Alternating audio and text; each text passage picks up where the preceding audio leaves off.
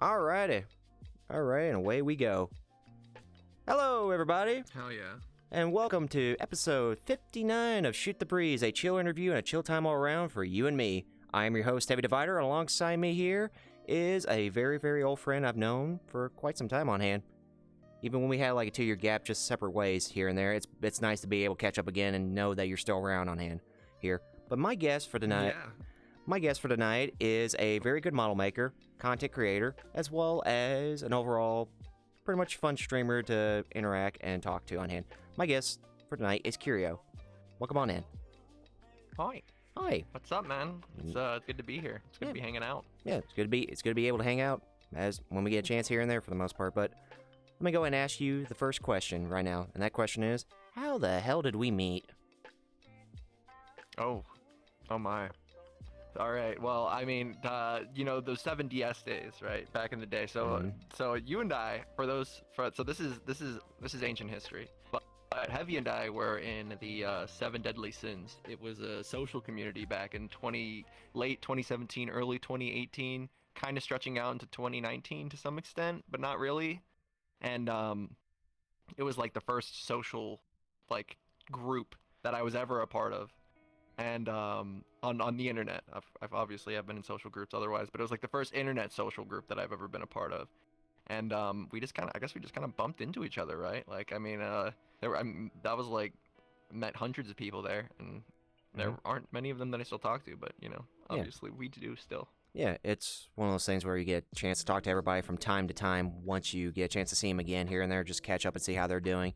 But for the most part, but for the most part, you can at least say hello to them whenever you can. It's just a matter of when you have the free time on hand. But I do know my first interaction with you is with Spin the Bottle on hand, and you were in like a different avatar on hand. Yeah, that moment on hand, long ago. I actually have a picture. So we used to get shit-faced at those parties. Like, actually, like, I still think about it to this day. I never really drank prior to getting on VRChat very much because it made me depressed, but I distinctly remember just how fucking drunk everybody got at those parties. Everybody got like everybody blacked out. Like, it wasn't like some people were drinking slow and some people were drinking fast. It was like everybody was at a race to the finish. And I still have pictures of those parties, back with CC and Bam and all of them, like, just like H-Vale and what is it? I can't remember his name. The big dummy. Jamie? Jack, no, not Jamie, the other one. Jack-On? Yeah, Jack-On. There it is. Jack-On, dude. Jack-On. I'll get to that. We'll talk more about Jack-On later, okay? I know. Yeah, but for the most part on hand, it was like a weird wild ride during like the early parts of like VRC, and then it basically kind of grew on hand for the most part with it. So yeah, it was good to be able to like get a chance to be able to meet everybody, and also know for the fact that those people are still around. They're just like at least around in different parts of it on hand here. They're just floating about. They're just kind of in the microcosm of VRChat. So let me ask about your VRChat Origins. What got you started in VRChat, and what kind of brought you to it? Yeah, dude, this is a trip down memory lane. All right, so big League of Legends fan, big League of Legends player. I've been playing League of Legends since I was in the army back in 2019. No, not 2019. Back when I was 19 in 2011. Okay, 2012, and I was a big fan of Dyrus because Dyrus was he was the top laner for TSM, and it was really funny watching him play. It was kind of sad, but at the same time he was really good. Like, he's just like really good at video games in general, so like it was fun watching him do that. And just one day I saw him playing VRChat, and him and like that group of people, the Team 5 group of people, they all like they got together, and like their content was so funny, and everything was just so ridiculous. Everything was so ridiculous. I remember just like I remember spending hours just like being on this sled riding map, where people could sit on the sleds, and then you could just literally yeet them out of existence. Oh, and yeah. You could literally just throw them. Yeah, I would do that for hours. It was like the funniest fucking thing to me in the world. And then I mean, I never thought I was going to get VR, and I never thought I was going to do anything like more so because I was going to college at the time. Like I was like going to school full time. I just got done with a trip through Europe where I paid to go backpacking through Europe. I just quit my job to go to school. You know, I was dead set on moving forward with my life. Like it was like, this is my next step. I'm going to do this. And then I got into VRChat, and then I started playing VRChat, and I started like, I hated college. I hated the university I went into. And I thought that they were just a bunch of money grubbing, like fucking pipeline losers that were just trying to get as much money out of me as physically possible. And then I played VRChat, and I just was like having fun, and I started making models. I was just like, well, if I can't, because for those of you who don't know, back in 2017, 2018, you couldn't save models to your account. You couldn't. You would always spawn in with a default model. You would always be a default model. And then unless you uploaded your own model to your account, you would always be a default model. So my first model that I ever uploaded to my account was a Lux model from League of Legends. I uploaded Elementalist Lux, and it was so fucking scuffed. It was so scuffed. And it just went uphill from there. It was just like, you know, oh, Curio knows how to do models.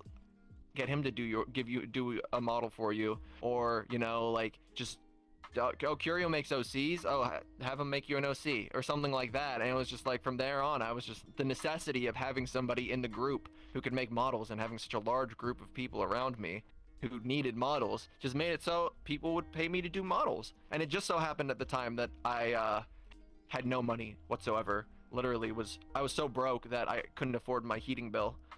So I was just, you know, kind of doing models. I was happy with models. Models made me happy. The community made me happy. And then college just kind of fell to the wayside, and I just kept on going with models. Mm-hmm. And I do remember that's what VRChat is to me. I do remember on hand at one point or so, you actually had to host a Unity or Blender course with people on hand just to show them how they got to do simple things like getting models from Blender to Unity, and then to Unity from VRC. I remember that. Yeah, that was so painful because like I literally hosted that solely and entirely to teach people how to do models, but nobody asked questions. So by the time we got to the end of it, the people would be like, "Oh, I lost you about an hour ago, and I was just watching you do it." And I was like, no curiosity. What the fuck is the point? What is the point? Yeah, I know. I know. It's weird how we're basically... Yeah, I get you. It's like, it's weird how we're basically, you know, you could be teaching something, but if nobody has the curiosity or if they sense a passion on hand, it makes it hard to be able to ask something. Yeah. Or even try to ask something. Or just like, everybody has their own pace. You know, they all have their own pace, and like they all have their own understanding. Yeah. Like, and they just, like, things that make sense to me might not make sense to you. And the way that I say them might not make sense to you. So like, if we do that way, then, you know, it's just like, but who knows? You know, who knows? Who knows who's on the same page as me? Yeah, it's just a matter of asking questions. I know, which sometimes, again, curiosity is what determines on whether or not you're interested in something or not, or you never know until you ask. That's the thing. But yeah. Let me ask about your hobbies on hand besides like VRChat in general. Now, I mentioned model making. We've talked about it a little bit on hand here. I basically didn't put it down, but I should have put down League of Legends. But the one thing I put down was Nekopara, because at one point or another you played that on hand on stream. I remember that. But I would not call Nekopara a hobby in any way, shape, or form. Well, I mean, besides different game, I wouldn't call it either. But it's a different game. Never called Nekopara a hobby. Bro.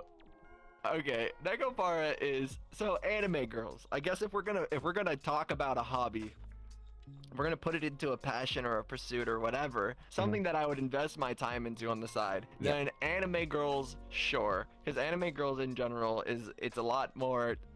There's a lot more going on than meets the eye. You know, there's a lot more.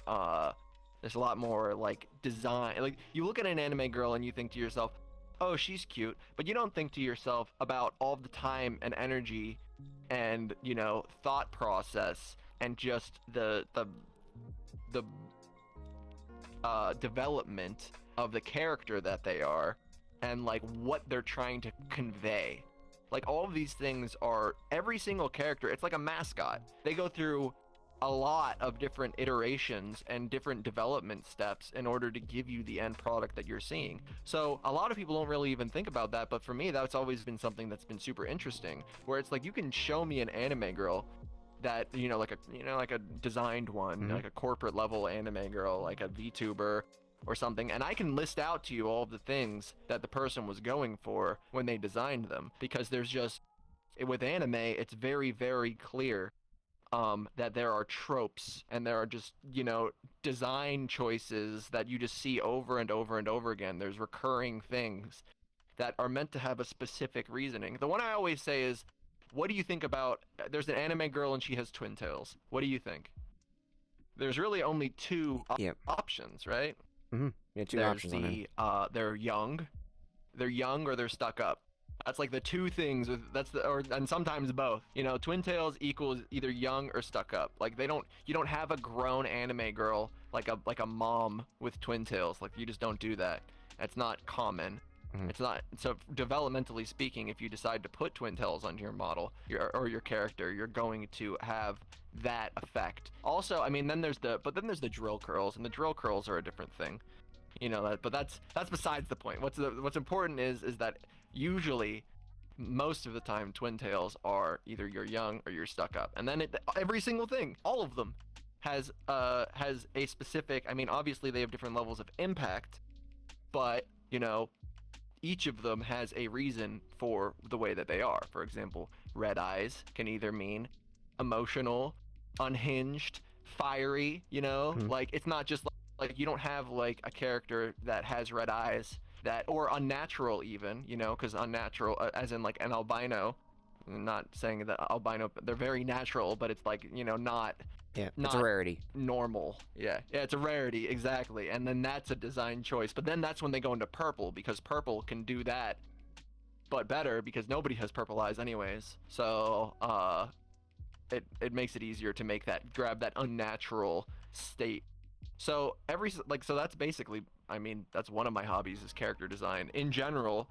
Now, not just for anime girls, but anime girls especially. I can tell you how to put together a character based off of what you want your character to be. Okay. And, have for a while been developing OCs for people using those characteristics in order to make an OC that I feel matches them personally. No, so that's there you go. There's a hobby. Yeah, I got you. It's an interesting hobby on here because it's almost like a jigsaw pieces on here. We're trying to design something that could be quite unique, but also break the mold into something that people don't really think about on hand. So, pretty interesting idea. Well, it's not necessarily. it depends on if you think about it or not. Like, if you're the type of person who just looks at a character and is like, "Oh, that's cute," then you're never going to be able to tell all the things that go into it. But if you're starting to, it's very easy. It's not a very difficult thing to do. You could look at a poster, especially for like shonen TV shows, where it's like you could look at a poster and just look at the characters, and you can tell exactly what they're about. You don't even have to get to know them personally, because you know exactly what. Oh, that's the serious anime girl that has a pursuit that she's doing. Oh, that's the cute anime girl that really likes the main character and is a super tsundere. Or that's the even with male characters, you have your kind of like cuck OC type that has like they're small and they have like the small shoulders, and and then you have the Chad alpha who's like fucking their shoulders are absolutely gigantic. And it's like each of these character archetypes, you have an expectation of what they do. Like and if you don't have that, then it's funny. It's funny or weird or like and sticks out. So it's just it's what they do. They just do that. Yeah, and especially with the fact that depending on what kind of character you're designing on hand, I feel like when it comes down to it, sometimes you may have an idea for it that may pale in comparison to what most expectations or what people will look at on hand. Like, if you have like a giant, like say, muscular character on hand, you probably have like this idea for it, but everybody else's expectation is going to look at it and just be like, assuming one thing. Totally. Because it's like a trope. Well, and that's the thing that's so interesting about this character, is because this character so far, I expected people to be like, ew, furry, like, ew, it's a furry thing, like disgusting. But 95% of people have been like, oh my god, it's a slime girl and it's so cute. And I'm just like, oh, I guess it's a slime girl then. Because everybody, like, nobody is, I guess it's because of her face. I mean, I intentionally made her face more cat-like than a normal anime girl. But, like, and I have these mitts, you know, I don't even have fucking hands. And I got toe beans. Mm-hmm. Like, but people still think it's a slime girl. And it's like, you're kind of at the behest of the masses, where it's like, your design choices have to fit into an archetype, unless you want to somehow do such a good job that you can create your own archetype, which is just completely unreasonable. Like that's like basically not going to happen. Which is kind of funny you say that, because I want to believe that the reason you have it where it's just lighting up in different colors on it, it's just to show that it's a cat girl, but people still believe it's a slime, even after trying to light up to show like different colors for it. I mean, the slime, that's part of the slime thing, is because, you know, I'm a rainbow slime. You know, I'm more of a I guess it's a rainbow cat too. I mean, whatever. It doesn't really. I just tell people it doesn't matter. It's really not like super important to me. No, I get you. Cause like whatever they want, man. Whatever the people want to believe, I'm all about it. Mm-hmm. It's based on their choice of what they want to work with here. Mm-hmm. So exactly. Let me ask you this: what was the game that basically was your introduction into like gaming in general, for the most part? Like first game that you could think of.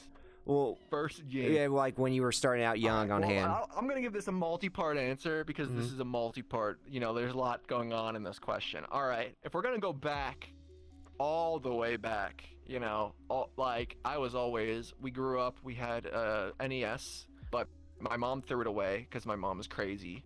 And then we got a Super Nintendo somehow. I don't remember how we got a Super Nintendo. And I would say that probably my first favorite game, which I still have that Super Nintendo. My first favorite game that I ever played was either Super Mario World, absolutely amazing game. That game is such a good game. And Teenage Mutant Ninja Turtles, Turtles in Time.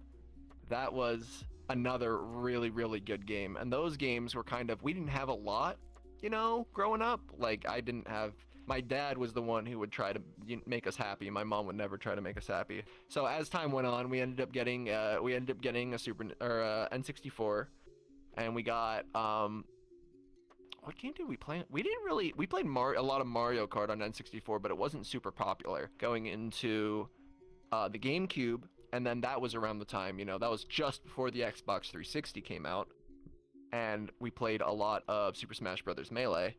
But the PC portion of gaming for me was more so, I played a lot of Warcraft 3 custom games. Lots and lots of Warcraft 3 custom games. Sheep Tag, Footman Frenzy, Angel Arena. I never played Dota, ironically. Never played Dota. The people who played Dota were a bunch of fucking assholes. They would never let you download the map. If you didn't download the map from the internet, then they would automatically assume, because you could download the map by waiting in lobby, right? Because you would join the custom game and then it would download the map to your cache. But if you downloaded the map, they assumed that you were a noob, and then they would kick you because they didn't want to play with somebody who was new to the game. So I tried on multiple occasions to play Dota, and I never got to because I always got kicked. Ooh, I see. And then, yeah, a bunch of dicks. And then I played a ton of Diablo 2. It was all Warcraft 3 and Diablo 2. Some StarCraft, but keep in mind at this point, I think I was 11, you know? So, I mean, video games have always had, just thinking back on it, video games have always had a pretty big, like, presence in my life. Because, you know, I had a PlayStation 2 as well, somehow, I don't know. And then we had Game Boys, where I played Pokemon. But I would say my first serious gaming, because obviously prior to this, I was like 11 or 12. You know, my first serious gaming that I ever did was on Halo 3. That was my first, like, actual, like, play this game for thousands of hours in a short period of time. Like, just grinding the shit out of this game. Sitting in an Xbox party, like, you know, with the Xbox microphone, with the low bit rate, yeah. the crunchy bit rate, you know? And just sitting there and just walking around in custom games, you know, Forge, just a bunch of dumb shit, you know, just literally just being stupid and doing that for hours, barely ever playing the actual game. I got every single skull, beat the game with every single skull, you know, went through. I think I've gotten 100% clear on every single, from Halo 3, Halo Reach. Halo 4 sucked. I've tried. I think it was Halo 3, Halo ODST, and Halo Reach. Those 3 games I 100%ed, like got the 100% achievement for them. And then I played League of Legends. Straight to League of Legends. Yep. And then I played League of Legends for 10 years. Well, there you go. It's a hell of a jump if you think about it. Just going from like, you know, first-person shooter to like going to League of Legends. It is. I mean, to this day, I had to I have, obviously, I'm a streamer, so I have the technology that I need in order to play games. I have it, right?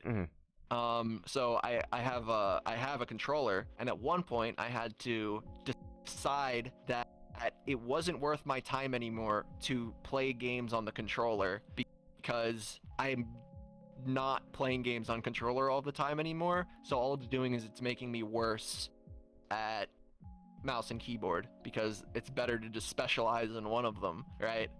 So I stopped playing like Apex Legends. I stopped playing that. I don't even play Binding of Isaac on remote, and that's supposed to be played on remote. And like every game that could be played on remote besides like Fighters, which is why I even bought this most recent one I've been trying to play on PC, because I just need to like put my controller days behind me, because I put so much time on Halo. You know, I could quick scope with the sniper rifle in Halo, and you know, like with like from the hip, you know, and just like, you know how tiny that little reticle is, you can headshot people. I remember headshotting somebody who was in a Warthog from the hip, who was very far away from me, and then I headshotted the guy in the back too. Damn. It was one of the best, one of my proudest gamer moments. Well, but yeah, that's pretty much. I mean, yeah, that's pretty much my gaming. I was gonna say, you mentioned fighting games on hand. Now I was gonna say, even though you don't want to try a controller on hand or so, would you be interested in trying something like, say, playing like a fighting game with like a fight stick or so, or would that be just kind of like sticking with PC? I probably wouldn't use a fight stick, only because I don't want to buy something like, because a fight stick is like $200 or like $100 or something, and it's like I would really only. Fighting games are just so fucking complicated, and they're inherently super competitive. So it's like you can't even really have fun with them, like just like meme around or anything. You have to like take them seriously and like get in there, and I just don't. That's not something that I'm particularly interested in doing. No, that's fair. I mean, after all, when it comes down to whatever game you play, it's just mostly just for the fun of it. Competitiveness comes from the idea of just, if you just want to go for the whole, like, I don't know, tournaments or like esports kind of area on hand, depending on what direction anybody would go. So, but yeah, I honestly just prefer models. That's all I do now is models. Yeah, that's fine. And that's it. I play other games, and then I do models. So let's talk about the VRChat scene now. In this current present time of where we are right now, what do you think about VRChat at this moment? Oh man, that's rough. I've actually put a lot of thought into this recently. So, I don't know if you've noticed, Heavy, but if you go into the VRChat category right now, I think you're unlikely to see a single person doing models. I've been checking. They don't. Yeah. People don't do models anymore. People don't stream them anymore on VRChat or even on art. Nobody streams models anymore. In fact, what I have noticed is that the only people who do stream VRChat anymore are kind of, you have the big top 3 streamers, you know, and that's honestly only really top 2 anymore. You have your top 2 streamers, and then you have everybody who hangs out with those top streamers, right? And then you have everybody who doesn't hang out with them but has hung out with people who are, you know, more popular within the past while. And then you kind of have, you know, just the smaller groups and communities towards the bottom that are just like, they know each other and they kind of have networked with each other a little bit, but their numbers aren't really super like big. And there's an inherent issue, I feel, with a combination of 2 things. one, it doesn't feel like there's any entertainment whatsoever in the VRChat category anymore. It just feels like the only entertainment that people can find in the VRChat category is finding a cute anime girl to be their would-be girlfriend slash boyfriend and just attaching themselves to them and hanging out with them 100% of the time and just loving them. And I think that's fine. No, I'm not throwing shade. That's fine. That's content. I mean, that's just chatting, right? Yeah. I mean, just chatting makes a lot more money than VRChat does in that regard. And or there's the one entertainment, like the one entertainment hub that has all of the viewers, at the top, and they and that's it. Like, so there's no reason to look through VRChat streams anymore unless what you're looking for is sexy anime girls that you want to, say are sexy or tell are sexy, because it just feels like nowadays you don't even see that like group fun that happens in the VRChat, that happened in the VRChat category, where it was just like you would have your group of 15 or 20 people that would hang out every single day, and they would have so much fun. And then you'd go in and you'd know their jokes, and you'd get like you'd like know, oh, that guy over there is fucking so stupid. Oh, that guy over there likes feet, make fun of him. Oh, they're making fun of him for liking feet again. And it's like, that doesn't exist anymore. It feels like the only place that exists is in that one entertainment lobby where, that's the only people who hang out with each other every day. And it's just kind of, I don't know, it's kind of sad. I feel like I feel really sad about the state of VRChat right now, because it's just like there's so much that can go into the game. The game itself can be so, like, it doesn't have limits. I mean, besides your CPU. But like, it doesn't, like, the content doesn't have to really be limited, but it's just nobody wants to play it or watch it because there's nobody who's tapping into it and doing a good job of it. Or maybe they can do it somewhere else. Well, the thing I will tell you on hand is, from my own expertise, is the fact that it goes in two different ways. One is the fact that the hype of VRChat has kind of died down. So certain things, like certain people that we know, most entirely, some of the people that were like known for VRChat moved on to like either VTubing or something else in general. The other thing on hand with, which is what you mentioned, is mostly based on, in order for people like in VRChat to kind of like get where they got to do, they got to follow trends. And sometimes when you follow a trend and that trend dies, so does whatever you based yourself on with that trend. So it's one of those things where I mean, you could argue VRChat was a trend. Yeah, VRChat was a trend at a point. And that's basically, well, and I think that it's just unfortunate that the exposure just isn't where it used to be with VRChat anymore. The exposure for the game, it doesn't feel like there's exposure for the game as much as there's exposure for just the people. That's really what it boils down to, is it feels like there's not exposure for the game anymore. It's just a sandbox game that everybody who is interested in seeing what VRChat could do has already passed through and seen that, oh, it's VRChat, whatever. Oh, that's just, those guys are just VRChat degens. Don't worry about them, And like we have our own little corner of the internet now, and nobody else is getting their first time to see VRChat and thinking, oh my god, VR characters, look how realistic they move, that's so cool. You know what I'm saying? It just doesn't feel like Twitch, at the very least, specifically, has, like, it feels like the exposure's just died, you know, or like has been severely hindered. Well, it doesn't help too that the exposure to VRChat is based around the isolation of like certain streamers that people only know. One lobby. Yeah, one lobby on hand. Well, yeah, it's just that it's the lobby. It's literally just it is the lobby that streamer is in, is the majority of the exposure for VRChat as a game itself. Because not only is it the one streamer, who is creating all the content, it's also the fact that the majority of the other streamers, not only are they streaming in the same lobby, they're also streaming in the same content, right? Yeah. So it's like the top 5 people on the channel are all in the same spot and just mirroring, like, just, camera circling. And it's not necessarily like throwing shade and saying that that's all they're doing, but if as far as the viewer is concerned, that is all they're doing, because if you want to hear one person's conversation, you just go can over there. hear him in the other person's stream. Yeah, exactly. Go over there. Yeah. Yeah, exactly. What? So, like, yeah, I don't know. It makes me sad. I'm honestly the fact that models aren't as popular as they used to be makes me kind of sad. But what makes me even more sad is just that I don't know why people. Like, it's not like there's nothing to do in this game. It's not like there's nobody to hang out with.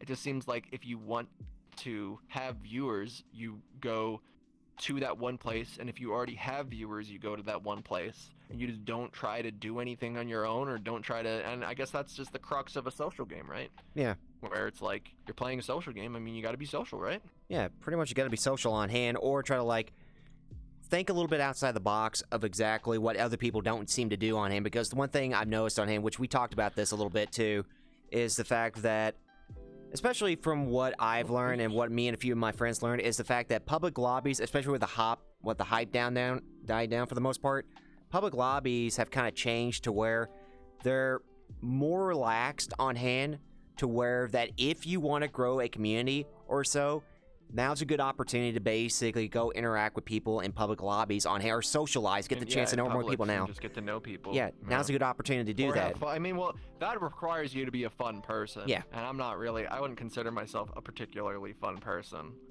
I'm just kind of I'm one of those, I'm a brain person. I got my head brain, you know, with my smart cap and my No, I feel you. Brain skull. You got a lot of thoughts, you got a lot of ideas you want to work with here and there, and sometimes it makes it harder to be able to, like, chill out when you got, like, so many things you want to work on here and there, you know? Yeah, exactly. And it's just like, I don't know, I also don't want to go into public worlds. I don't know. People in publics are so fucking annoying sometimes. Like, they're just I mean, maybe I should. I mean, I kind of want to make, like, I know that this avatar would get stolen if I went to a public world. I know this one would. Maybe I'll just go back to the Dragon Girl or something. I don't know. If I wanted to be in a public world, I wouldn't feel comfortable, because it's just like, yeah. No, I got you on hand. You know how it is. No, I got you. All I could say on hand is, which is pretty much why I don't really have to worry about models for the most part, because especially, like, I just use this for, like, VTubing and everything on hand, but if I go to Publix, I have the Dapper Iron Man or anything, which even if somebody rips it, it's like, there's not really much to rip there. It's just like a model I took from, like, Marvel Heroes and just add mustache, glasses, and a scarf. So there's nothing really fancy to it. Yep. So, but yeah, it all depends on what makes the person comfortable, but at the same time, it also makes it to where whatever direction you want to go on hand is based on the ideas you want to work with too. Like, whatever you enjoy on hand is what you will enjoy the most, but it's always a good idea to kind of, like, tweak it into something. Maybe if you want to experiment a little bit. It's always good to experiment. See what we got. Yeah, I might mess around with going into Publix, honestly. I think that, I mean, I want to have fun. Like, I want to have fun playing VRChat, and it's like, I want, like, playing with people is just, you know, I don't really get to play this game with people very much, because I have my very, very small group of friends who are usually busy when I play on stream, or, you know, historically I haven't been the nicest to people who join on me when I'm streaming, because, you know, I can be a prick sometimes, but, you know, the chat knows that. Chat knows. Well, that's all. Yeah, maybe. We'll see. No, I get you. It's just a matter of, like, taking one step at a time and do it at your own pace here and there. So, yeah. Let's talk about 7DS on hand now. Let's just start with the origin of it on hand for the most part. And I know, we'll just go with, like, the memories that you value the most on 7DS or so. We're not going to dive in, like, to the nitty gritty into it on it, because I know there's going to be some deep stuff on hand. I don't think we don't want to relive on hand when it comes to. We don't need to. Yeah, no need to on it. But let's talk about the origin of 7DS. I think that I can summarize it pretty easily. Sure. I like that. What I liked about 7DS was I met a lot of cool people. A lot of cool people that unfortunately I don't talk to anymore. And a lot of the people that I do talk to still, I mean, you know, I wouldn't really say that there were a couple of people who I was, like, tight with in the 7DS community, like, super tight with, but, like, generally speaking, there's a lot of people that I just don't talk to anymore, even if I did like them. And I'm not saying that I wouldn't want to, I was given the opportunity to talk to them again, but it's just like I just haven't spoken to them in a very long time, and we just kind of went in separate ways. And sometimes I bump into God of Saints and Pat. We actually drink together on Fridays. Mm-hmm. No, Saturdays. We drink together on Saturdays, and me and Dead Thing are still subbed to each other. And I mean, me and HVale, I think, have like our birthdays are only one day apart, so we like wish each other happy birthday. But like generally speaking, I liked that 7DS was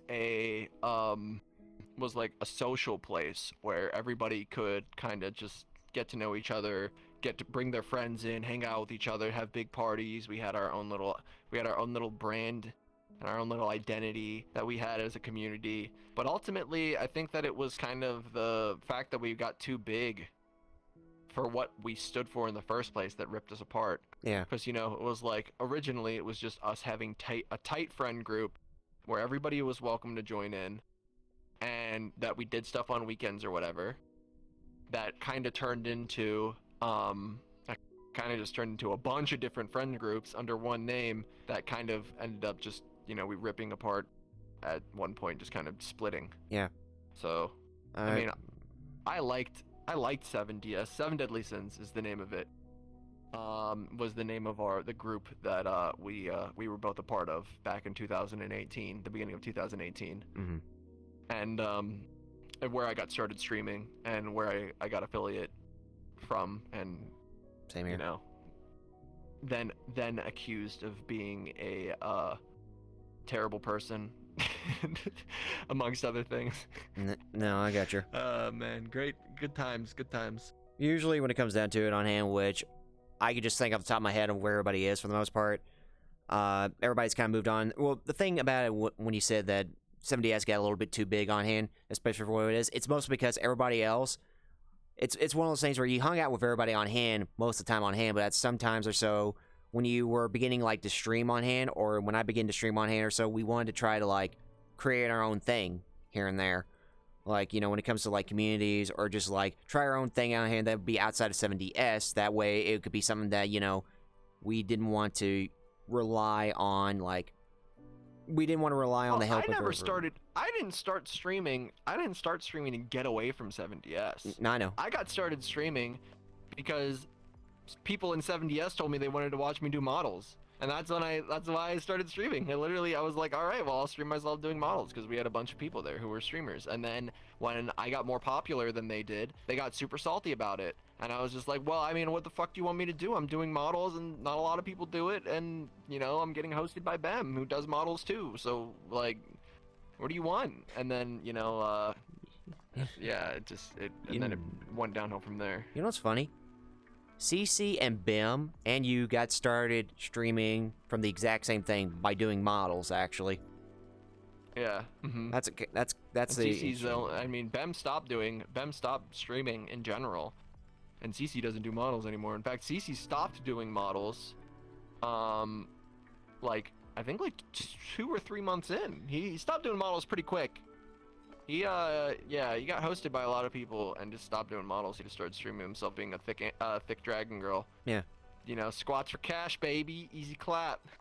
Easy money. Back then when basic squats used to be like a challenge where people would just do it for follows and just like subs on hand, like when that was happening.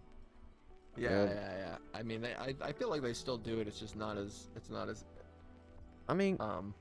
Yeah. Prevalent nowadays on hand. Yeah, not anymore. But all I could say for the most part is, memory-wise or so, at least some of the people we do know are still around here and there. Even if we don't interact with them on hand, we get a chance to see them. I enjoy bumping into them. Yeah. Yeah, I enjoy bumping into them still. I wish I got a chance to be able to meet you in real life or so, but it was one of those things where I got to at least meet the majority of the people I could in 2019 of like TwitchCon on hand.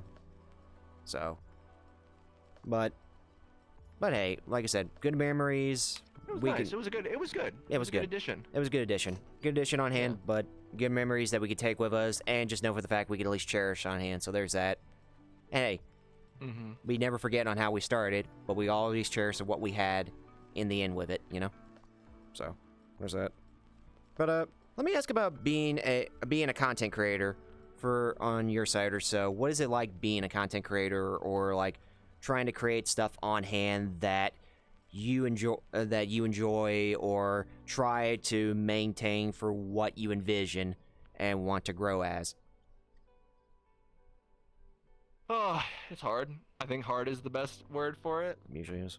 Because, I mean, all right. So if you want to grow as a content creator, you're incentivized to specialize.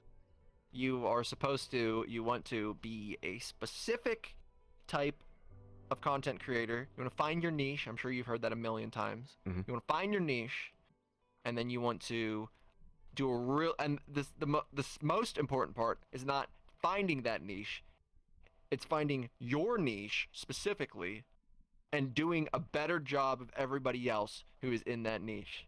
So not only is it a cream of the crop rises to the top, it's a cream of the crop rises to the top of a non-tapped resource that most people don't know already exists.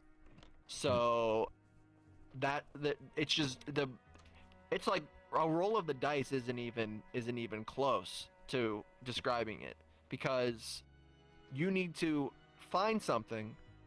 And it's not like with streaming or content creation in general, you can't hate it, because if you hate it, you'll never succeed at it. If you hate what you're doing, I fucking hate Nier. Nier is like the worst game I've ever played, and playing it just makes me miserable. That's not true. Nier's actually, what game? I can't even remember a game that just makes me miserable and makes me not want to play it at all. Then if I made content for that game, my chat would know immediately that I didn't want to be there playing that fucking game. And unless my content was making fun of that and making it like that entertaining, then I would never succeed at it. And if I was truly miserable playing it, then I probably never would be that. It never would be entertaining, right? So that's the difficulty, is that being a content creator is basically settling with your one specific thing, hoping it doesn't burn out, and if it does burn out, figuring out something else that falls within roughly the same sphere of what you were doing in the first place, and then tapping into that resource instead, because it's just like as it burns, and then you got to go somewhere else, and if you lose people doing it, then you might just not be able to do it anymore. Like, it's as simple as that. It's brutal. Yeah. Absolutely brutal. It is. Like, content creation on the internet's absolutely brutal. Yeah. It doesn't help, too, that when it comes to content creation, there's also the aspect of networking, too. Like, if you want to ever improve your content on hand, there's always the depending on what kind of networking you go for, like, say, networking for, like, wisdom on hand to know how does somebody do what they're doing, or networking to basically be, like, showing that if you collab with them, or basically having a fun time collabing with them on hand or so. Kind of like introducing your audience to their audience as much as you're introducing your audience to their audience. Just like... just like bringing together on him. I have theories about I have theories about that particular thing, but generally, that's going into something that that's like a YouTube video. I need to make a YouTube video about that. But yeah, the networking part requires you to find people that like you, and if you're a not likable person, then the only thing they're going to like about you is your viewer count. And quite frankly, being around people who like your viewer count more than they like you is not a healthy relationship at all. So that's the problem with networking, I find, is that just like either you have to be either cute, like as personality wise, or actually, and like you have to kind of be endearing. Something about you has to be attractive. Not like conventionally physically attractive, just something about you has to be attractive. And if you don't have that attraction from the majority, then you're gonna suffer and you're just not gonna make it happen. Yeah. And that's kind of where I find myself with streaming, where it's just like we kind of just don't, like, I don't know, it's just I'm just tired of networking. Networking is such a pain in my ass. It feels like 90% of people don't even want to get to know you. It seems like everybody on the internet just doesn't want to know people. Yeah. And then, like, you try to do it, and then they don't want to. It sucks. It all blows. No, I got you. I hate it. No, I understand. And I mean, yeah, I understand, and it's one of those things too where you have no idea what goes through the other person's mind on it because you have no idea if they're just like, I don't know, afraid of you. They don't want to sit down and get to know you because they don't know if they're going to say something that would basically. Or they're waiting for a bigger fish to catch.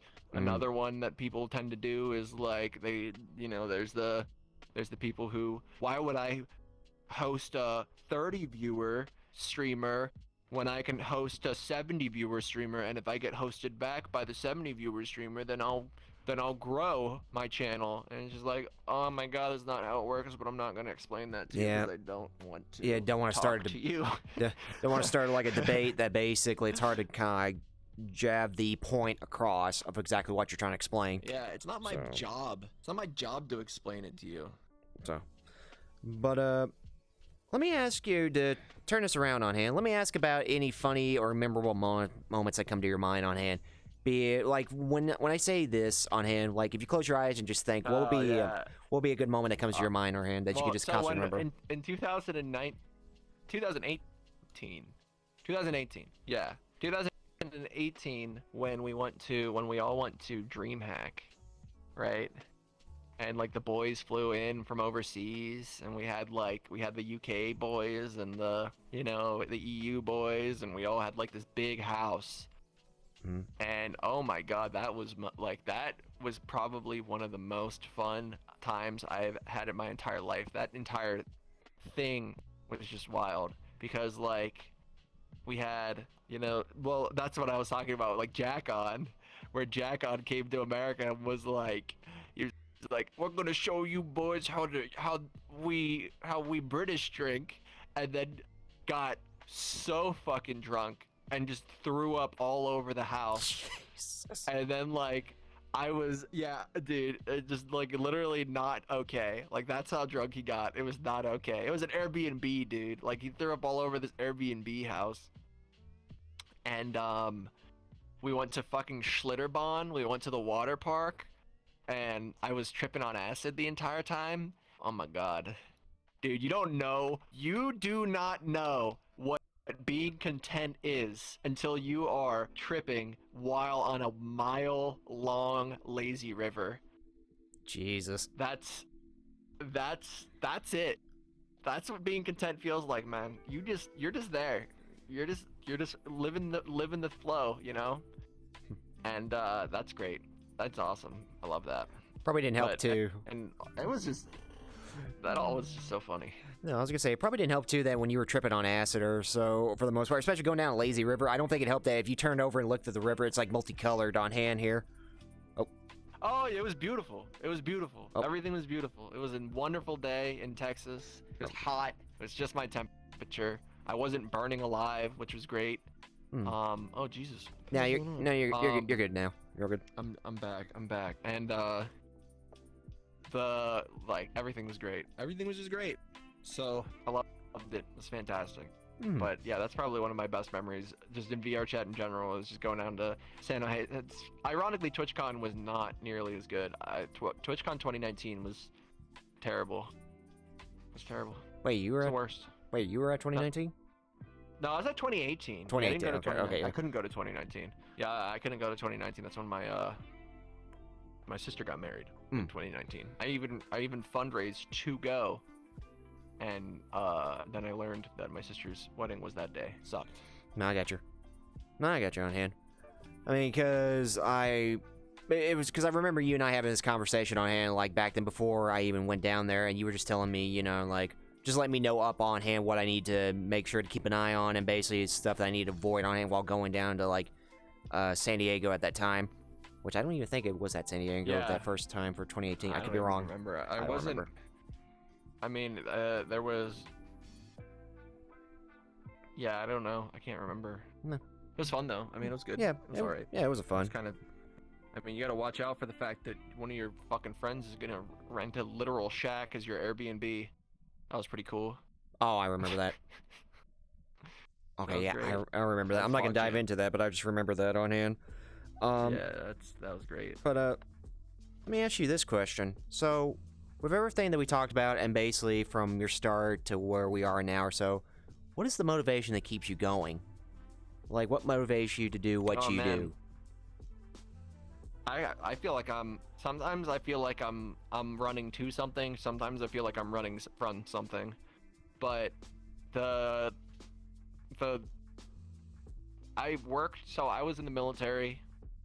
I went to college 3 times, 3 separate occasions. I went to college, dropped out 2 of them. I didn't do very well in high school.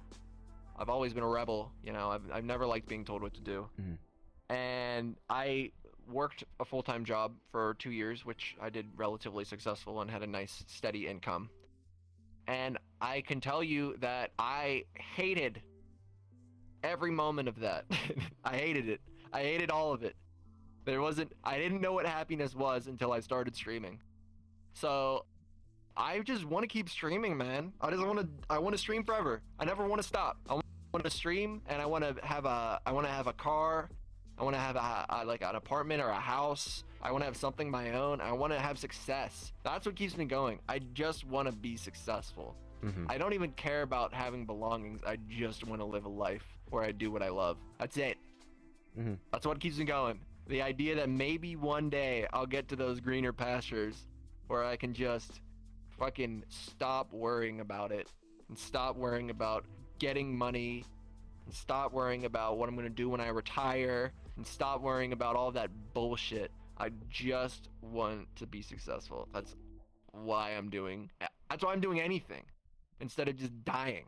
It's like literally just wasting away, you know, like everybody, like, I mean, because in America, success is not measured by happiness. Ironically, it's just like we have some expectation that when we are successful, we'll be happy, you know?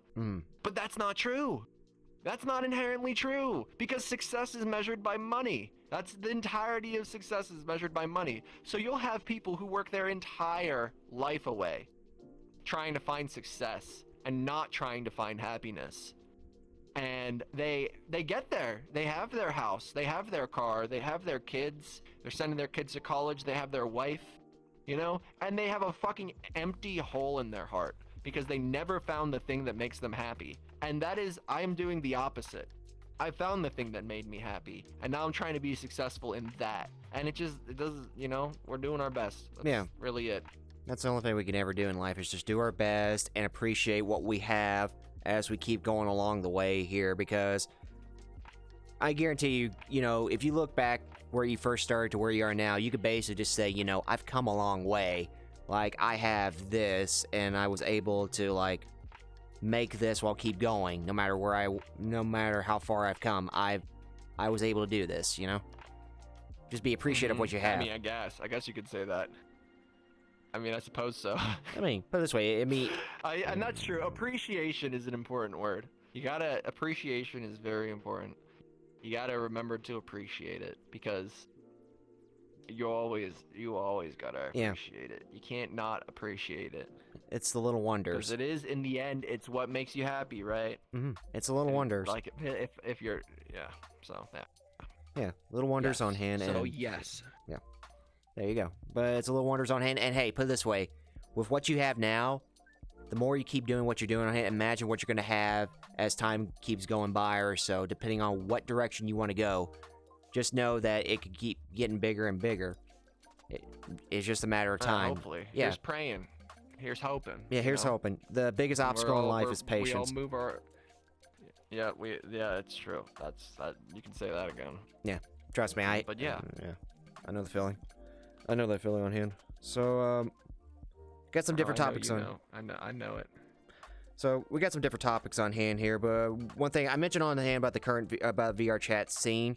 But let me talk about the VRChat current present compared to when you first started VRChat to where we are now.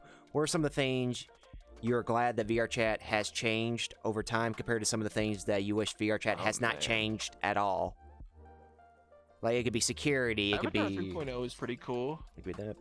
I would say Avatar 3.0 is pretty cool. I'd say they've done a pretty good job with that. I think that the game is the most optimized it's been in the past 2 years, I would say.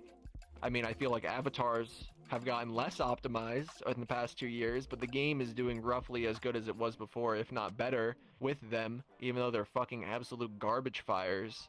Like, the term trash fire doesn't even describe it anymore. It's like Trailer Park Fire. It's like, it's gotten so much worse, where it's just like the entirety of VRChat has just gotten like, everybody just gets an avatar from either a public world or, you know, from Booth or whatever, and the avatar is just a fucking optimization nightmare. Just a black hole for optimization.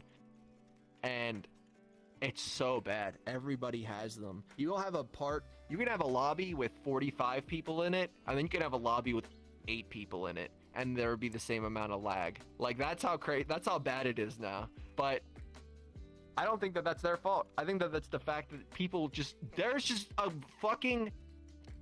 just a literal empty spot in people's brains where it comes to the knowledge of what makes an optimized avatar. I just don't think they know. That's the only way it makes any sense. If your avatar has 600,000 poly, what are you making with 600,000 poly? Like, that's so many poly. Like, that's literally a city. Like, in a video game, like in a AAA video game, a city is 600,000 poly. Like, a whole level in a video game is 600,000 poly, and you have that in your avatar? Like, what? Just think about it. Yeah, I'm thinking about it. What is a 6 million sided shape? I wish I could tell. What does it even look like? Your brain can't even comprehend how many sides that is. So how the fuck do you have 600,000 sides? And you're fucking, dude, 250 megabyte avatars, kill me. 60 materials, kill me. 1,200 dynamic bone transfers, kill me. How the fuck do you have these? How do you even have these? They made a joke, Drown. They made a joke that was the amount of poly in 2B's ass was 60,000 poly. And then they showed a picture of the high poly sculpt that they used in Nier to have the normals for 2B's ass, which is obviously not, if you know anything about models, you know that you don't use the high poly sculpt in game, right? But they showed the picture and it's like, wow, 60,000 sides. It's like, bro, these have 600,000 poly. So that means if you took 10 of those 2B asses and you combine them into some 2B ass Megazord, then that's what these models would look like. Like, it's actually fucking insane.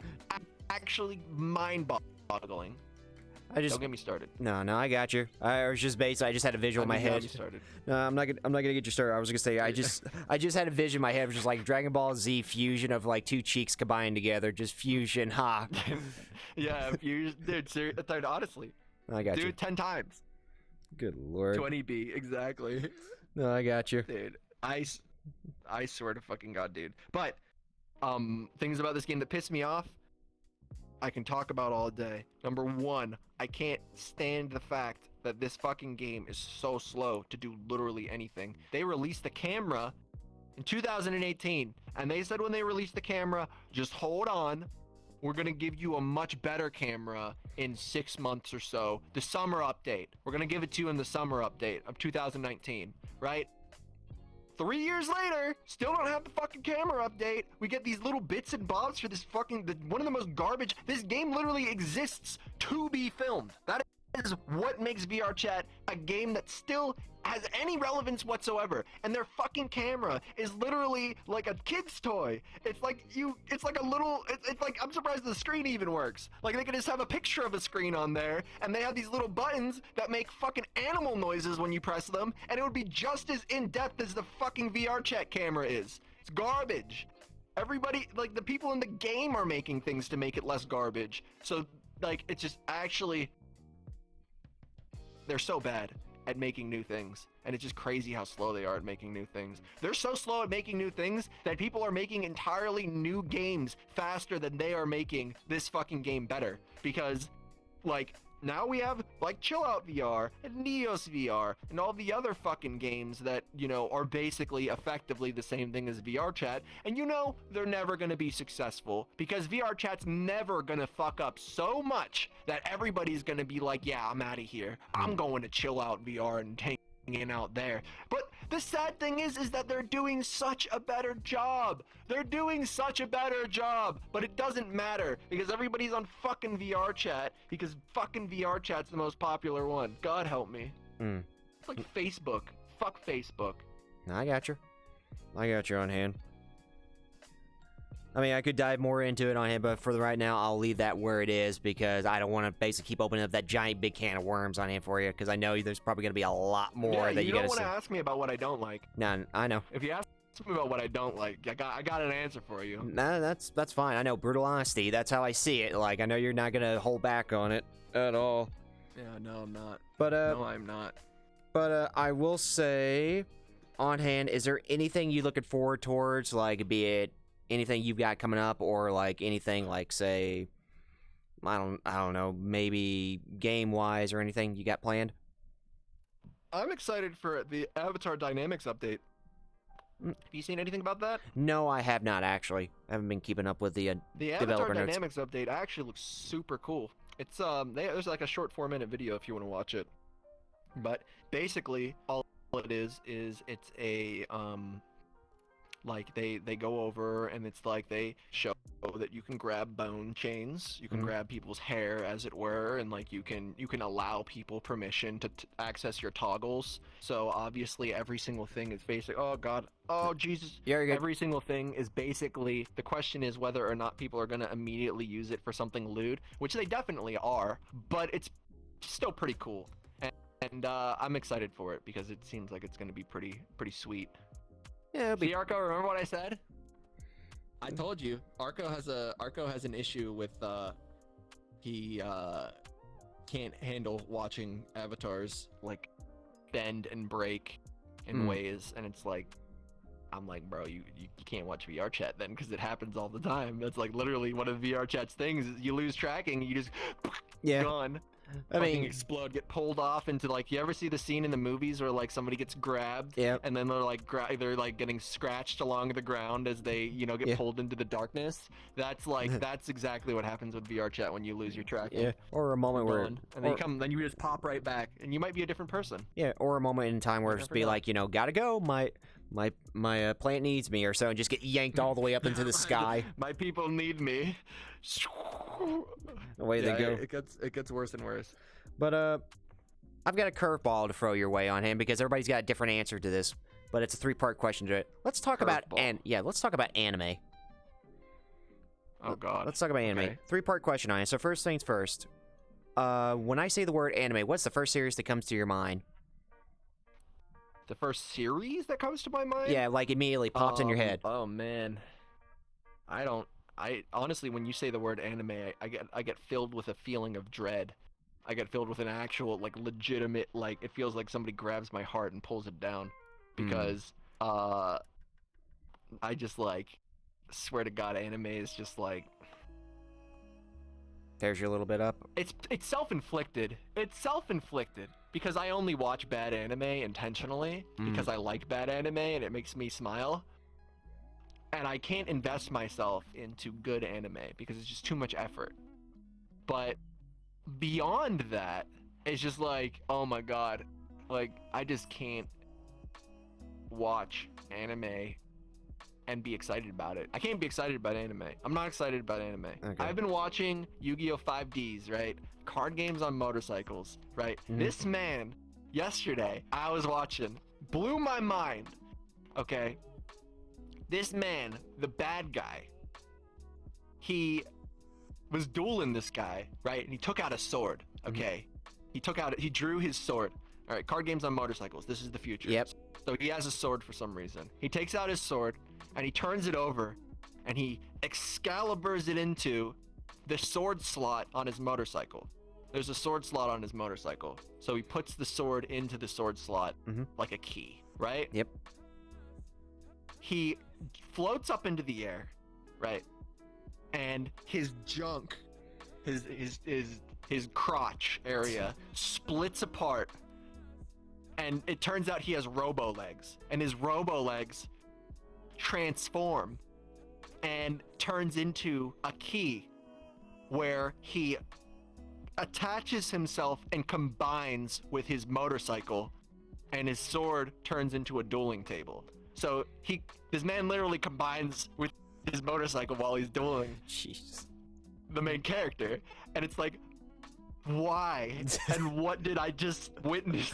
Why the effort? What did like I can't even like imagine the reasoning behind who decided this. Like, why did you think to like, what's cool about this? Like, this man just combined with his motorcycle. Like, now he's like a motorcycle centaur. And now he's dueling. He's just playing the card game some more. Like, what's the why? What is this? I now need to look at this. My mind was blown. I need to have a look at this when I get a chance. It was amazing. I don't think you know what the episode is. Is it? It's just as it is, or? Oh, it was like episode 100, like 105 or something like that. Right. But like, basically. Yu-Gi-Oh! 5Ds is a fucking treat, dude. It's a fucking treat. Oh, this man. All right, the butler. So there's Butler-chan, or Butler-san, you know, and you know the butler archetype in anime. Yeah. He's serious, and he's buff, and elegant. He's the protector, and he's cool, right? Yeah, well, he's not elegant. This is the Chad Butler, so he's rough and tumble, you know, he's serious business, right? Him being so serious just goes to show how serious the person is that he's protecting, because the person that he's protecting needs to be even more serious than him. So this butler, right, the guy takes out another sword. For some reason the other guy has a sword too. He takes out a sword and he tries to slice him. So naturally what he does is he deploys his dueling table from his arm, which is also a sword, and he uses that to protect himself, right? But in this moment, his mistress gets thrown off of a building, right? So he naturally, immediately without thinking, jumps off of the building and catches her, right? And while they're falling, of course, he deploys the parachute that's inside of his dueling table, right? And then they just float away on this parachute that's inside of this dueling table. You know, I guess I'll just carry this around everywhere I go 100% of the time. I just have this fucking parachute in here. Dude, it's amazing. Honestly, it's just... You never know when it'll come in handy. No, you never see it coming. Yeah, you never see it coming. You never see any of this stuff coming, and that's the reason why it's just so great. Is because it's just like, why? But... okay, but why? Okay. Great. So it's amazing. My second part question on hand was, since you mentioned about seeing like bad animes on hand or so, and it makes it hard to like see like good animes just because of the effort they put in. I was gonna ask if you had a top 3 or top 5, let's say bad animes on hand. What come to your mind? What would that be? So bad anime, it's tough. I don't have a favorite bad anime. I enjoy watching bad anime, but I would never call it good. Okay, because it's bad. My enjoyment is irrelevant when it comes to how bad they are. They're bad. Okay. So number 1, I would say my top anime I've ever watched. I think it's easier to give a top 3 and in no particular order. I would say Soul Eater's up there. Soul Eater was really good. I really liked Fire Force, which I think was done by the same studio. I believe so. And I really liked Needless is up there, even though Needless is good for other reasons. I don't know if you know what Needless is. It's terrible. Absolutely terrible. I'd say Sword Art Online's up there, because it's also terrible sometimes. I would say... oh, what other anime? I don't know. There's a lot of them. I've watched a lot of anime. Trust me. Yeah. And I'm not excited about any of it. I thought Demon Slayer was okay. I enjoyed Demon Slayer. I would be excited to watch another season of Demon Slayer. I thought Demon Slayer was pretty good. Okay. But, like, I'm more interested in the meta. Well, since you said you didn't get excited with a bunch of anime on hand, or basically, like, for the most part, this is going to be interesting because of the final, Regular at Magic High School. Yeah, that's another one. Mikami reminded me. A Regular at Magic High School, the anime about banging your stepsister and being the best person literally ever of all time ever. Just everybody treats you like you're not hot shit, but you're actually the hottest of hot shit. And entire world will never believe how much of the fact that you are actually such hot shit, because it's unbelievable that you are as hot shit as you are. Good lord. That's a hell of a concept. That's a hell of a concept I've ever heard one here. Yeah, no, it's literally just the anime about... it's basically if you took winning and you put it into a character, and then you made the anime premise about being... looked down on by everybody around you while also being the person who wins no matter what, and it being 100% serious. It's not like One Punch Man where it's like joking. Yeah. It's like 100% serious. Like, he's just a winner. He's winning. Yeah, no, I got you. He wins. Constantly. All the time. I don't think he even loses. I think everybody else just loses. I think that, like, it's just like whenever he gets there, he wins. And then if his friends lose, he wins. I guess when the moment they think he's gonna lose, they end up losing. And he also bangs his stepsister. Oh, and yeah, let's not forget that important. Let's not forget that important point into it. Honestly, they'll remind you. You're not gonna forget. They'll remind you.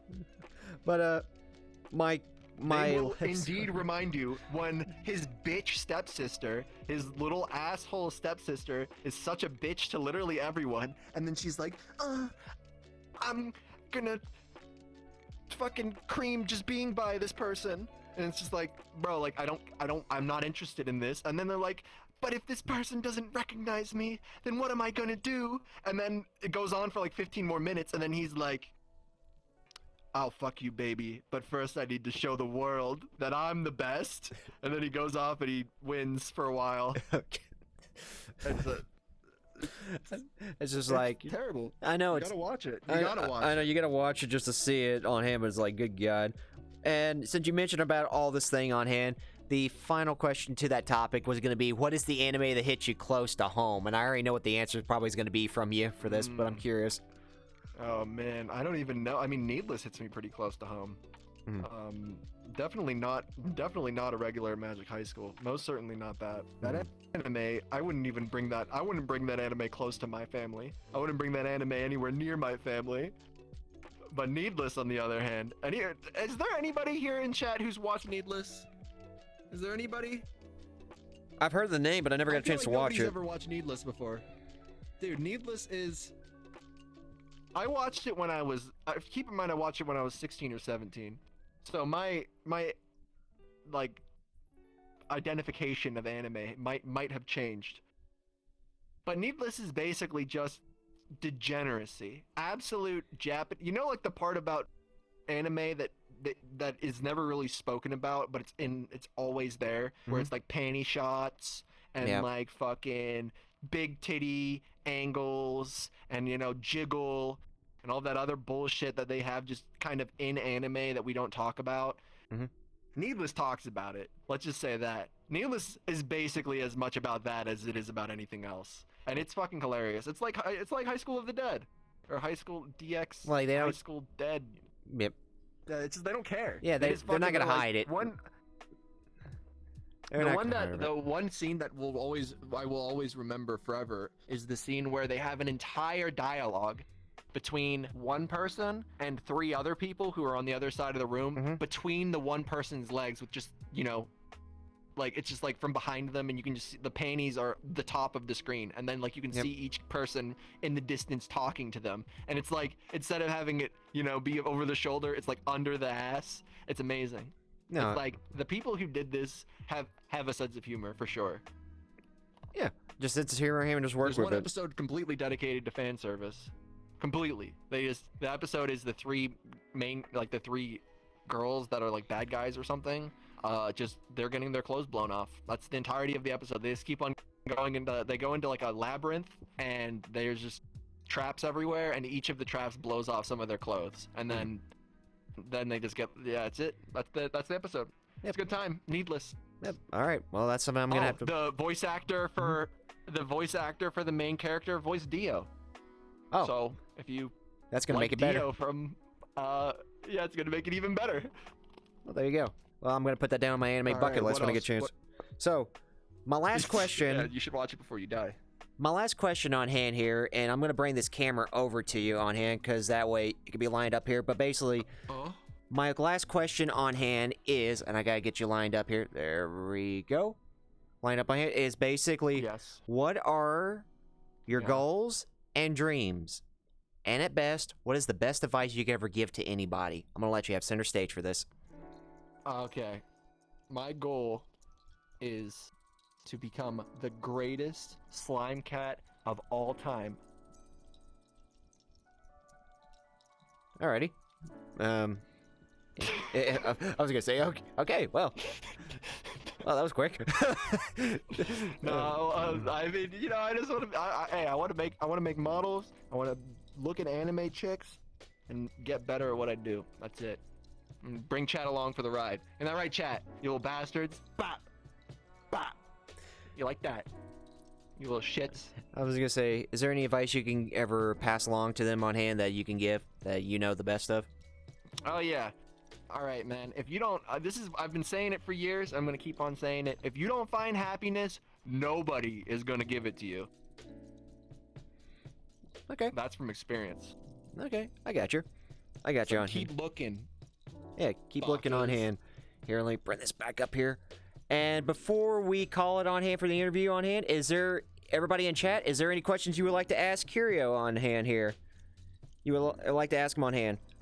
Yeah, they can ask lay you. It on to me, chat. Yeah, go right ahead. Answer anything. While they are coming up with questions on hand. Yep. 100% of them. While they're coming up with questions on hand here, actually, we already got one right here from Mukami here asking, why are you smelly? Honestly, you see, the thing about smell is that it's completely subjective. So it's actually your fault that I'm smelly, not mine. Damn it, I knew I should have dusted off my hat the moment I was about to get this interview started. Curse it. And, of course, they said use latex, slime, question mark, so on and so forth. Yeah, used to. But, all right, any other questions, chat? Yeah, any other questions? Mukami being a troll? Well, you guys are coming up with questions on here. I do have a question for you. The name Curio, where did that come from? Oh, dude, we should have started with that. Curio, there's a long answer and a short answer. The short answer is that I was curious about VRChat. Okay. Well, there we go. So whenever somebody says curious, more like curio is, I'm just like, wow, you did it. Hey. You made the connection. It took some time. Good job. Took some time on hand here. It only took literally years. Sir, why do I taste like Skittles? Because I am the rainbow. What do I hate about VRC? You're supposed to be asking me these questions. Yeah, but it's all good. No, you're all good. You're all good on hand. But Sir Drunken Panda, what do you hate about VRC the most? Which I feel like you've already established that on hand throughout this interview. I feel like I have too, but I mean, I can talk about it all day. Oh, I think that it could be numerous of things. I think it's not necessarily VRChat. It's not VRChat's fault.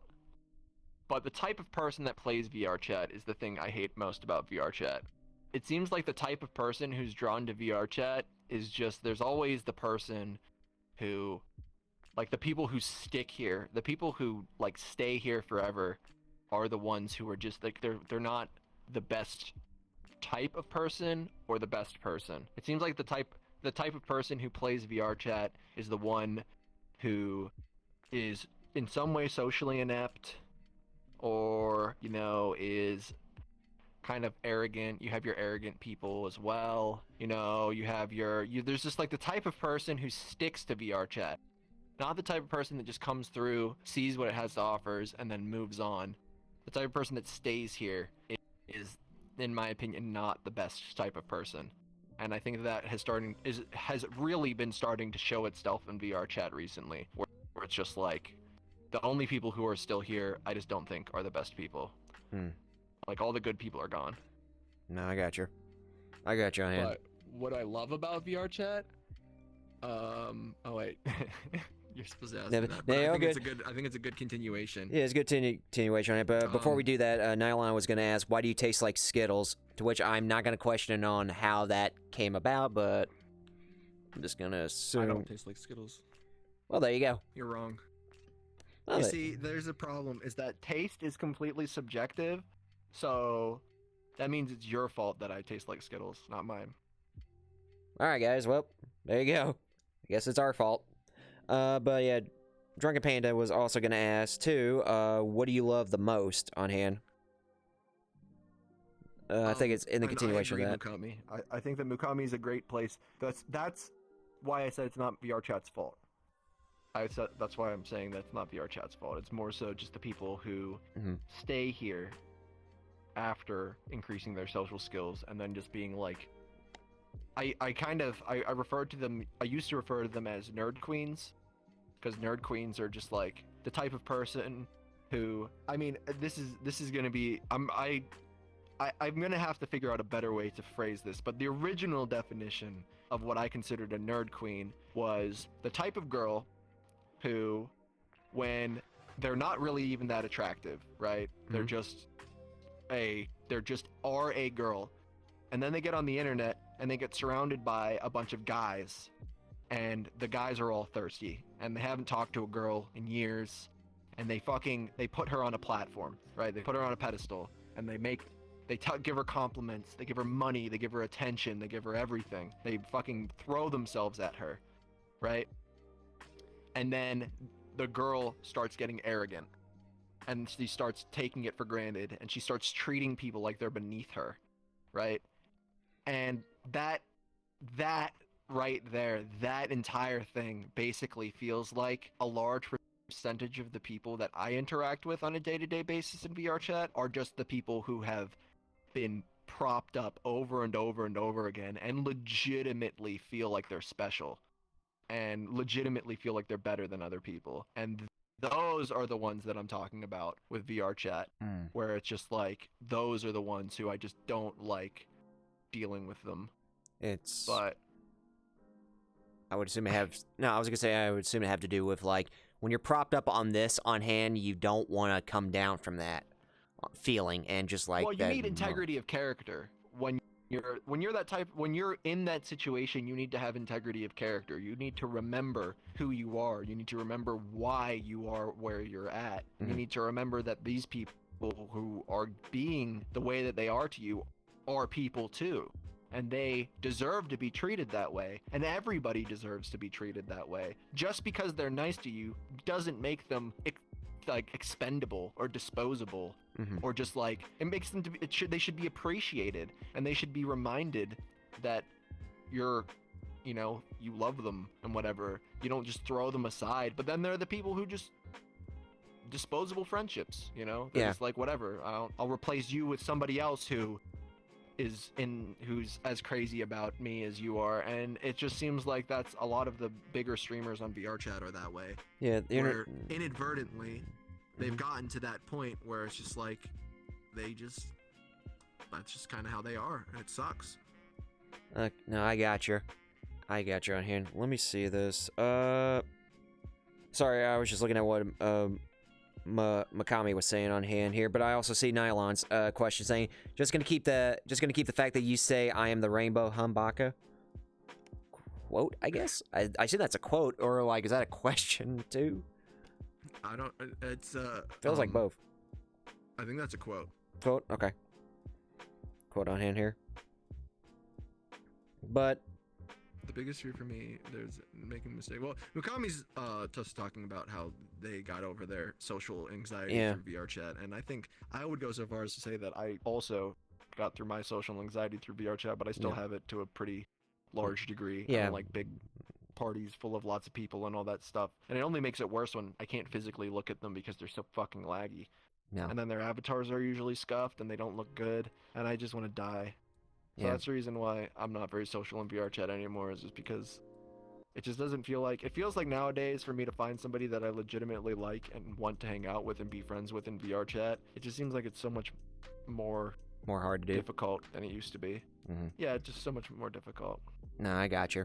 Sometimes it kind of is hard to do. What I love about VRChat, to answer Panda's question, is I love the community. I mean, straight up, like, as much as of course you can be my friend, Icy. As I love the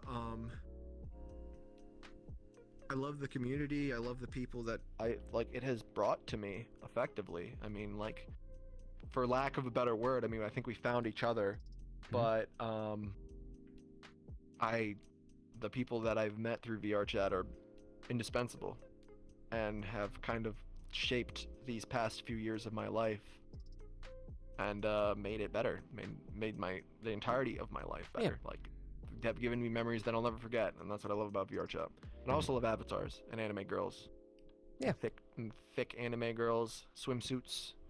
I like the world. I like the creativity it inspires, et cetera, et cetera. It goes on and on. Yeah, and it goes for the long ways on hand where, even if, friends come and go on hand here and there, so for the fact that you're always going to find people you can always relate to on hand and just be able, even if it's not going to be like we're going to spend time all together on hand because we got like 2 different schedules, we'll at least come around when we can for the most part, say hello, try to catch up with one another, see how each of our lives are going, and just know for the fact that, hey, we're still around.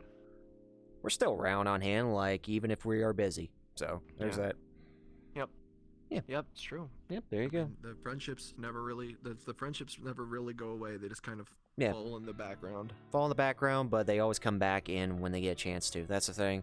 I don't think I have any questions anymore for you on hand, and I don't know if chat, just to go one more time around, if anybody has any more questions for Curio on hand. I think for right now they're just having the conversation on hand that Mukami was sharing on hand at this moment.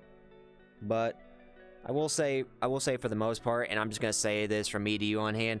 Like I said, I know I've been busy on my own end here and there for what I was doing, and just kind of like trying to, I guess, explore and like further my creativity of what I can do for the most part. But I will say on hand, even if I don't get a chance to talk to you on hand here and there for the most part, just know you're still one of my oldest friends on hand that I got a chance to meet on VRC. And no matter what or so, I'll always continue that. And when I ever get a chance, I'll always try to come by and say hello wherever I'm not busy. And just let you know, secret on hand that you probably don't know and everybody knows on hand, I have been working on my social anxiety on hand for a certain project. That project is called Shoot the Breeze. Ooh. There you go. Hell yeah. I'm still working on it. But it sounds pretty cool. Yeah, it sounds pretty cool. It involves 2 different people on hand and basically get a chance to know one another. So that works. Yep. That works on hand. That's cool. Yeah, I like that. All right, but yeah, I don't see any more questions on hand. So with that in mind, that will be episode 59 of Shoot the Breeze. So thank you guys very much. Let me sell out. Sure, go ahead. I gotta sell out. Oh, I always gotta sell out. Yeah, I'm Curio, woo. As many of you already know, I'm a 3D modeler, and I full-time stream Monday through Friday, 4:30 p.m. EST-ish until 11 recently. I'm on many different platforms, and I'm always happy to have more people. So I love you, and I'll catch you guys all later. You guys are amazing, and I hope to see you guys in the future. Yeah, definitely.